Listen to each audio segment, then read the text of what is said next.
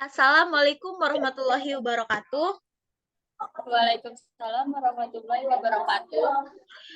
Kami di sini ingin mempresentasikan mata kuliah Manajemen Keuangan yang berjudul Analisis Break-Even Point sebagai alat perencanaan laba pada PT Telesindo Shop Indonesia, Manado. Sebelumnya kami ucapkan terima kasih kepada Bapak Arif Fadoli, SEMM, selaku dosen pembimbing dalam mata kuliah ini. Dan sebelumnya perkenalkan saya Elvia Leftiani dan rekan saya Yuni Syarifah akan mempresentasikan atau memaparkan materi dari hasil analisis kelompok kami. Terdapat latar belakang yang akan dipaparkan oleh Yuni Syarifah. Kepada Yuni, saya persilakan. Yang pertama adalah latar belakang. Analisis break-even point dapat dijadikan tolak ukur untuk menaikkan laba atau bahkan untuk mengetahui penurunan laba yang tidak mengakibatkan kerugian pada perusahaan PT Telesindo Manado. Merupakan perusahaan dagang yang memperdagangkan produk hardbook perdana dan diperdagangkan di counter-counter yang ada di kota Manado. Agar perusahaan tidak mengalami kerugian, maka diperlukan analisis yang tepat. Maka dari itu, penulis memerlukan suatu penelitian yang berjudul analisis break-even point sebagai alat ukur laba pada PT Telesindo Manado. Selanjutnya ada tujuan pustaka. Yang pertama ada akuntansi manajemen, akuntansi biaya, dan laba. Akuntansi manajemen merupakan penerapan konsep dan metode yang tepat dalam mengolah data ekonomi masa lalu perusahaan dan pengambilan keputusan untuk mencapai tujuan tersebut. Akuntansi biaya merupakan bidang, sedangkan laba adalah manfaat yang mencatat, mengukur, dan melaporkan informasi tentang besarnya biaya dalam bentuk laporan biaya. Sedangkan laba adalah manfaat ekonomi selama satu periode akuntansi dalam bentuk pemasukan atau penambahan aktiva, penurunan kewajiban yang mengakibatkan kenaikan ekuitas yang tidak berasal dari kontribusi penanaman modal. Selanjutnya ada perencanaan laba. Perencanaan laba adalah gambar keuangan yang narif mengenai hasil yang diharapkan dari implementasi keputusan. Yang pertama ada memberikan pendekatan yang terarah dan pemecahan permasalahan. Kedua, memaksa pihak manajemen untuk secara ini mengadakan pemelaan terhadap masalah yang dihadapi dan menanamkan kebiasaan pada organisasi untuk mengadakan telaah yang seksama sebelum mengambil sebuah keputusan. Yang ketiga, menciptakan suasana organisasi yang mengarah pada pencapaian laba. Keempat, merangsang peran serta dan mengkoordinasikan rencana operasional sebagai segmen dari keseluruhan organisasi manajemen sehingga keputusan akhir dan rencana saling berkaitan. Yang kelima, ada menawarkan kesempatan untuk menilai secara sistematik setiap segi atau aspek organisasi. Selanjutnya ada break-even point. Analisis titik impas adalah suatu keadaan di mana perusahaan beroperasi dalam kondisi tidak memperoleh pendapatan atau laba dan tidak pula menderita kerugian. Artinya kondisi ini jumlah pendapatan dan diterima sama dengan jumlah biaya yang dikeluarkan. Pendekatan dalam perhitungan. Rasio margin kontribusi sama dengan margin kontribusi penjualan. Dua, menghitung break-even point untuk mengetahui titik impas dapat dirumuskan sebagai berikut. Break-even point atau unit sama dengan total biaya tetap harga jual per unit dikurang biaya variabel. Ketiga, menghitung target penjualan. Perencanaan laba sama dengan Q dikurang QBEP P dikurang biaya variabel per unit.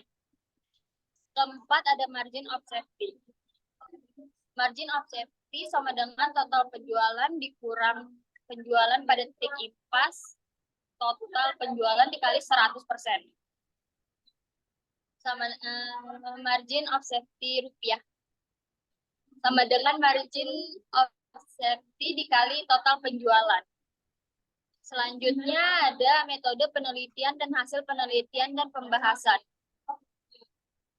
Metode penelitian ini dibagi menjadi 4, yaitu ada 1 jenis penelitian, 2 tempat dan waktu penelitian, 3 sumber dan metode pengumpulan data, 4 ada analisis data. 1. Hasil penelitian biaya tetap terdiri dari biaya gaji, biaya transportasi, dan biaya lain-lain. Di sini ada tabel. Jenis biaya gaji itu di 2018 sebesar 2.133.600.000 rupiah. Di 2019 ada 2.139.600.000 rupiah. Ada biaya alat tulis kantor sebesar 84.760.000 rupiah. Di 2019 ada 83.150.000 rupiah. Biaya transportasi 20.090.000 rupiah. 20.909.000 rupiah. Biaya pemeliharaan ada 27.500.000 rupiah di 2018. Di 2019 ada 29 juta.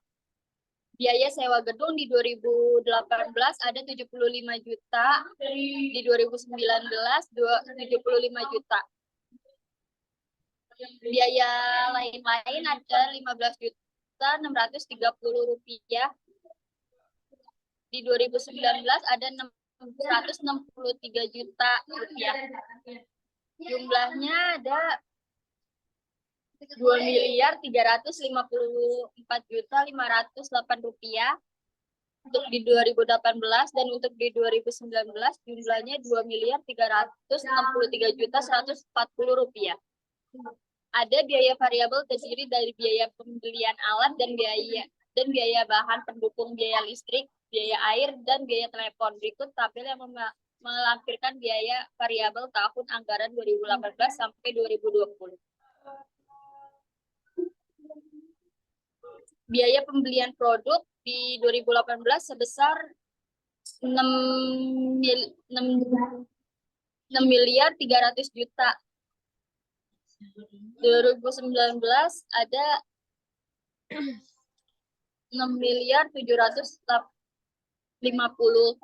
Di 2020 ada 7.650.000. Di biaya bahan pendukung ada 45 juta. Di 2019 ada 52 juta. Di 2020 ada 62.500.000. Di biaya listrik di 2018 81.376.000. Di 2019 ada 81.854.000.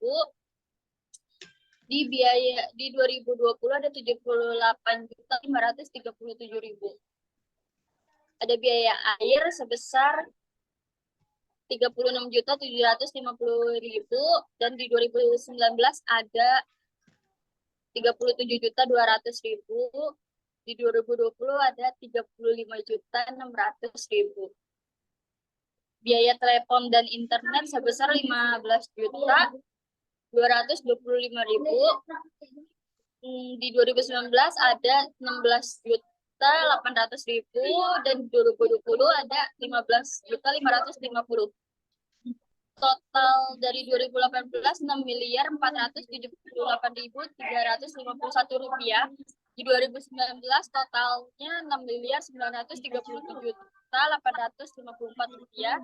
Dan di 2020 sebesar 7.842.187.000 rupiah. Selanjutnya akan dibacakan oleh Elvia Leftiani. Baiklah, untuk menentukan break even point pada 2018 sampai 2020, terdapat break even point pada 2018 dengan cara penghitungan break even point rupiah sama dengan biaya tetap per rasio margin kontribusi. Break even point sama dengan 2.354.580.000 per 61%. Dengan total 3.856.967.113 rupiah. Break even point sama dengan biaya tetap per harga jual unit dikurang biaya variabel per unit. Break even point unit sama dengan 2.354.580 per 161 juta dikurang 61.690 dengan total 2.354.580 per 99.302 dengan sama dengan 23.711.000. Break even point di 2019 dengan total 23.790 dan di 2020 yaitu 23.684. Berikut menentukan margin of safety 2018 sampai 2020. Margin of safety total tahun 2018 dapat dihitung sebagai berikut. Margin of safety sama dengan sales budget dikurang sales of break even point per sales budget dikali 100%. Margin of safety sama dengan 16.950.000 dikurang 3.859.967 rupiah dikurang per 16.950.000 dikali 100% sama dengan 77%. Margin of safety 77 dikali sales budget yaitu sama dengan 77% dikali 16.950.000 dengan hasil 13.016.850. Dan margin of safety total 2018 dapat dihitung dengan jumlah 78% dan di 2020 dengan jumlah 81% dengan total 16.627.275 juta. Berikut menentukan target penjualan di 2018 sampai 2020. Target penjualan tahun 2018 bisa dihitung dengan biaya tetap ditambah laba per rasio margin kontribusi sama dengan 2.354.580 ditambah dengan 8.720.690.000 per 61% sama dengan 10.426.649.000 per 61% dengan total 17.922.867 rupiah. Di tahun 2018 dengan total 18.319.091 rupiah dan total di 2020 yaitu 20.795.081.000.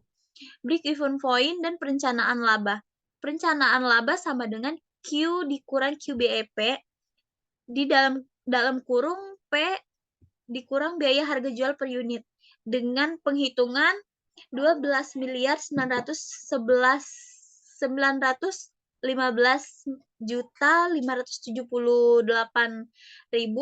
sama dengan Q dikurang 29.560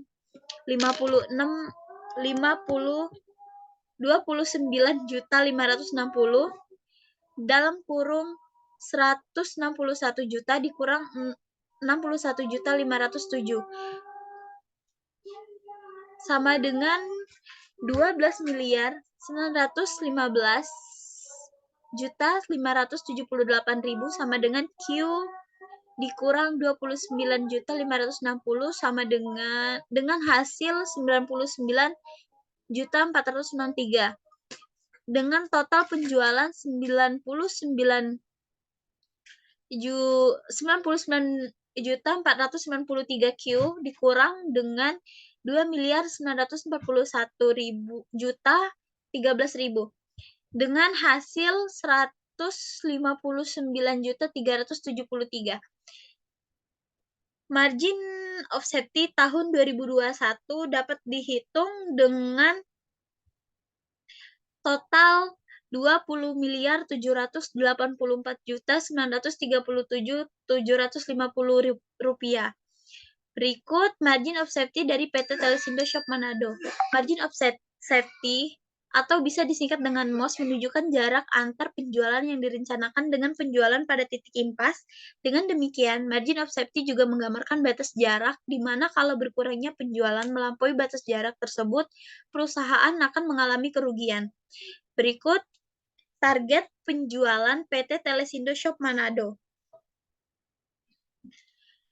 Pada tahun 2018, perusahaan telah menargetkan penjualan sebesar 17.920.867.203 rupiah, namun penjualan yang dapat didapatkan oleh perusahaan untuk tahun 2018 tersebut masih kurang, yaitu sebesar 16.950 juta. Dari yang telah ditargetkan untuk tahun 2019, perusahaan telah menargetkan penjualan sebesar 319.918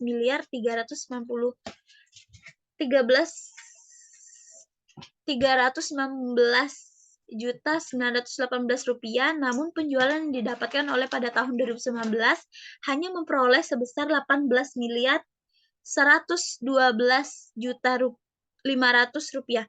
Sedangkan pada tahun 2020 perusahaan telah menargetkan penjualan sebesar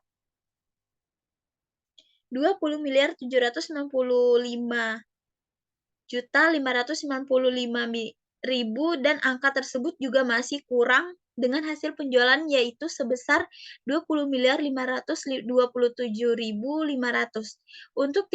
Untuk itu perusahaan harus mengusahakan penjualan lebih meningkat.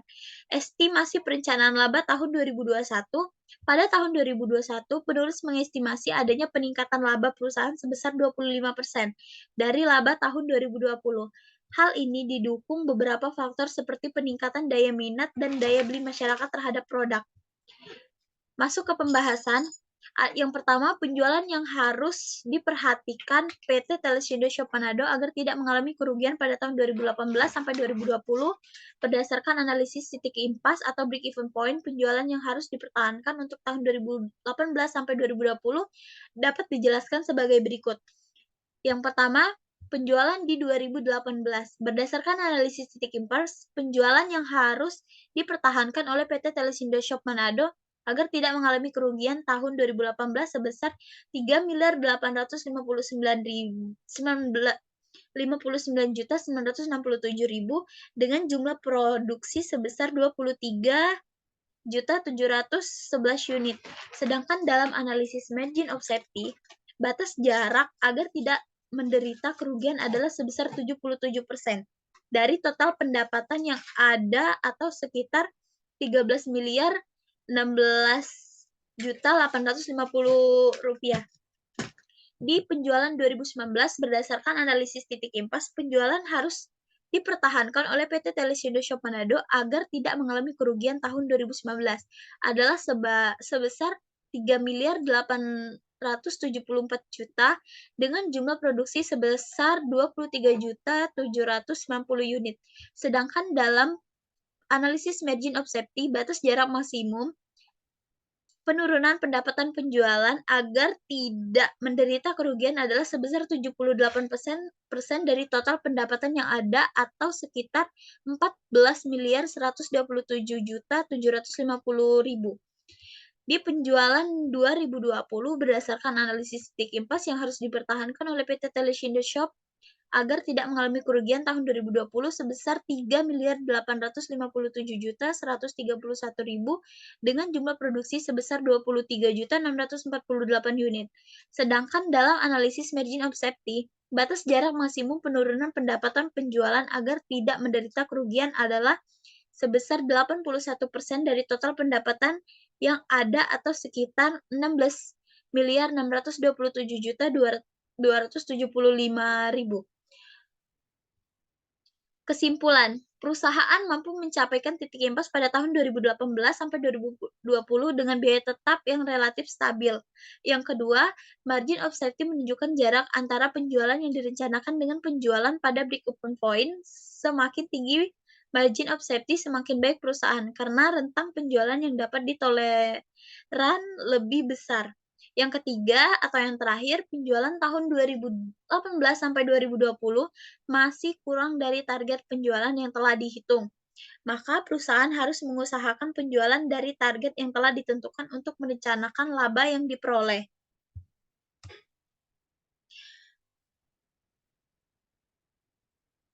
Demikian pemaparan analisis kasus dari kelompok kami.